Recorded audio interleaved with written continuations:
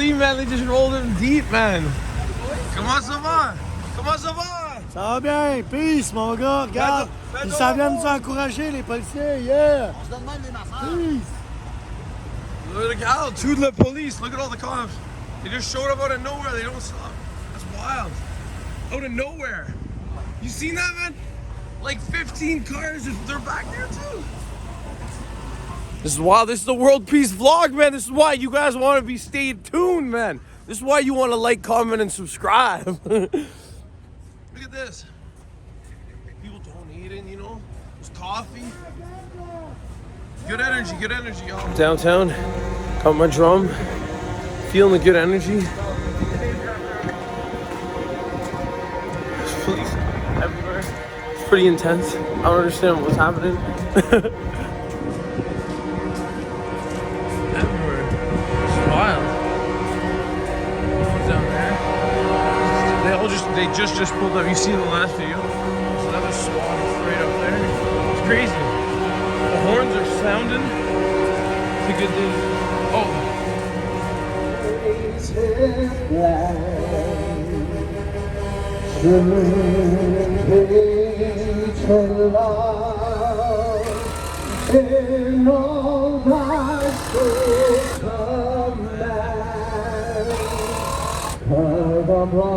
Echo! This house is so big, there's an echo in it, and a pool. What the heck, man? There's a diving board! You guys have a diving board. It's not even like a separate room. Holy. This is amazing. This is the living room. Jeez Louise. This is the nicest place I've ever been to. Aww. Seriously. Wow. Like just a pool, like built in. It's like as if like you're in a house, you know? You look over here, you think it's just like a living room, and you just casually look over here. Abundance of caution. Various hospitals right here along University Avenue, directly south of Queen's Park, are sending out memos to their staff to notify them of extra safety precautions. For example, from a source, I received a memo sent by Women's College Hospital.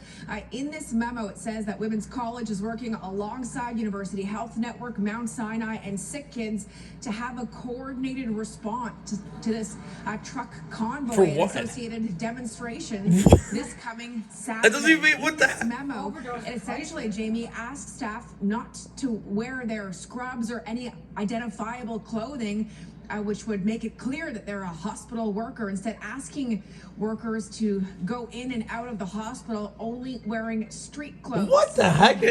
Workers are going to have to present their badges and their identification in the event there is any kind of police blockade put around these hospitals.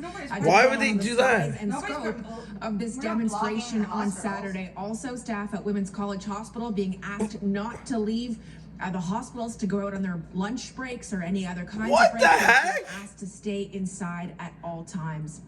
When it comes to patient care, the COVID Assessment Center at Women's College, it is being closed both Saturday and Sunday, so people will not be able to go there to get a COVID-19 test. Good, they don't need that. Offices at Women's College, along with the urgent care clinic, will both be closed on Saturday. That's at least for now, just Saturday. It's being reassessed whether it needs to be closed for more days. And when it comes to Mount Sinai Hospital across the street, I'm just waiting for a memo from staff there. I'm being told by a source one has been sent out there as well, also with a similar messaging asking staff not to wear their scrubs in it. Why? But the family care clinic at Mount Sinai understand. Is also moving to virtual appointments only from Friday through end of day Monday, Jamie. So if you're watching us at home and you've got a family doctor's it could be appointment at Toronto. Mount Sinai Hospital between Friday morning and Monday evening, that appointment is going to move online. CP24 had a chance to speak with the president of the Ontario Nurses Association, Jamie, to get her reaction to all this. Here it is. I think it's just Toronto. I believe that Mount Sinai Women's College will do everything that they can to keep their nurses safe. I do have to say, on a personal note, I think this is very sad because we need ambulances to be able to access these facilities to bring the members of our community in for health care. So I hope that, you know, I hope that they make allowances for this and respect the people in their communities and allow ambulances and people that need care into the buildings. I also want to add a note from University Health Network, Jamie, a spokesperson for UHN telling CP24 they are not canceling appointments right now, but they are calling all patients who are scheduled to come into the hospital over the weekend, specifically for imaging, to make them aware of the protest and the fact that traffic may delay any arrival at the hospital as well. So traffic is certainly something else to note. And in that memo sent by Women's College Hospital, they're letting their staff know that if you don't have to be here in the downtown core on the weekend, you're advised not to be, but it could be a challenge to get to and from work. And for patients, could be a challenge to get to and from hospitals. Toronto Police Services says it will be doing its very best to make sure that ambulances and patients can smoothly go in and out of these hospitals. Jamie. Thanks for that report, Beatrice. Well, we heard from Mayor John Tory earlier today, who says he spoke with Police Chief James Raymer about protest preparation. My vlog's gonna be lit. I want to be absolutely clear that I support Toronto Police taking necessary action to prepare for this possible protest, with a focus on doing everything they can to protect the safety of Toronto residents and businesses and to minimize any disruptions to those Toronto residents and businesses to the greatest extent possible. Any protest in the area of Queen's Park absolutely cannot block off access to the hospitals around the legislature. Of course. People should not be blocked from receiving emergency care or any medical care, and hospital workers who have been frontline heroes throughout the course of the pandemic and before. I really don't feel like must they're be messing able with to go hospital freely workers. and safely to and from their I don't think, respective like, there was a protest in workplaces. Ottawa. They're not messing with During hospital a workers. virtual They're not messing with announcement anybody. over today, Why would they just start Prime messing with Minister people at the Trudeau said hospital vaccinations were that are helping key people? That doesn't even make platform, sense. saying it's what Canadians want. Here's Ottawa now. That is the promise we made to Canadians. That is the decision Canadians took in the last election by voting for parties that were supporting those mandates. So having a group of people who disagree with the outcome of an election, who want to go a different way and bring in an alternative government, is a non-starter in a responsible democracy. A Freedom Convoy spokesperson says the departure of protesters depends on the Prime Minister ending all mandates. Our movement has grown in Canada and across the world because common people are tired of the mandates and restrictions in their lives that now seem to be doing more harm than good. As of today, Sweden, Denmark, UK, Norway, Finland, Ireland, and Switzerland have removed all COVID mandates and restrictions. We are therefore calling on all levels of government in Canada to end all COVID mandates and restrictions. We will continue our protest until we see a clear plan for their elimination. Anita Anand tweeted about the situation in Ottawa, saying, "The Canadian Forces are not a police force. As such, there are no plans for the Canadian Armed Forces to be involved in the current situation in Ottawa in a law enforcement capacity." The Conservative Party's new interim leader took her first opportunity to question the Deputy Prime Minister about the ongoing protests. There's nobody in this house that tolerates racism. There's nobody in this house